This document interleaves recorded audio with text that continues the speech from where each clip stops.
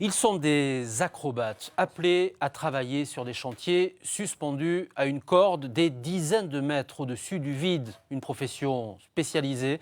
Ces travailleurs de l'extrême ont aujourd'hui leur centre de formation à Ozat, en Haute-Ariège. Laurent Witzbach, Pascal Lussol. Voilà, tu le poses et maintenant regarde, tu peux prendre la nouvelle corde et tu ne te tromperas jamais. Ça te va? Allez, tire sur la corde.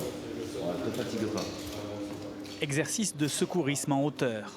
C'est l'une des multiples facettes de cette formation de cordistes. En 4 semaines, les stagiaires apprennent aussi à se déplacer sur corde, à ancrer ou soulever des charges. À la clé, un certificat de qualification professionnelle qui leur ouvrira toute une palette de métiers. On peut travailler sur une éolienne, en falaise, sur des grues, tout ce qui est en hauteur où on doit être assujetti. Assujetti, c'est s'accrocher en hauteur pour être en sécurité. Sous la houlette d'un second formateur, l'autre moitié du groupe travaille sur le terrain. L'idée est de se confronter à différents milieux d'intervention et de répéter inlassablement les mêmes gestes pour que le métier finisse par rentrer.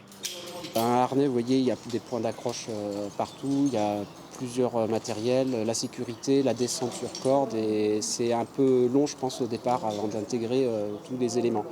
Mais vous voyez, au bout de 2 semaines, là, déjà, on acquiert une bonne autonomie, et ça va venir avec l'expérience. Moi, j'aimerais bien travailler à l'extérieur, montagne, falaise montagne, barrage, enfin, tout ce qu'on trouve en Ariège, dans le coin. Le centre de formation s'est installé il y a 3 mois à Ozat, un site au cœur de la montagne ariégeoise, où travaux forestiers, ouvrages électriques et autres stations de ski nécessitent une importante main-d'œuvre spécialisée dans les travaux en hauteur.